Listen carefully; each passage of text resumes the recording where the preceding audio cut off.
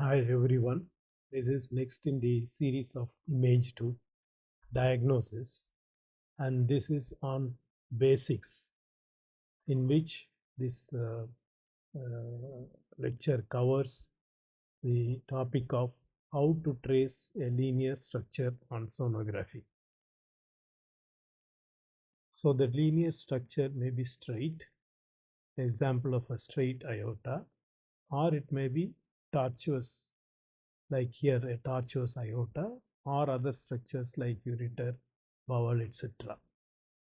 So when it is straight or tortuous, how to trace it on sonography?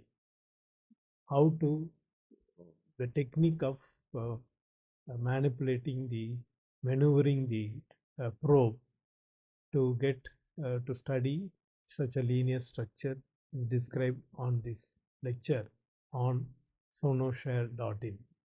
So if you would like to listen to the lecture, please log on to sonoshare.in. Thank you.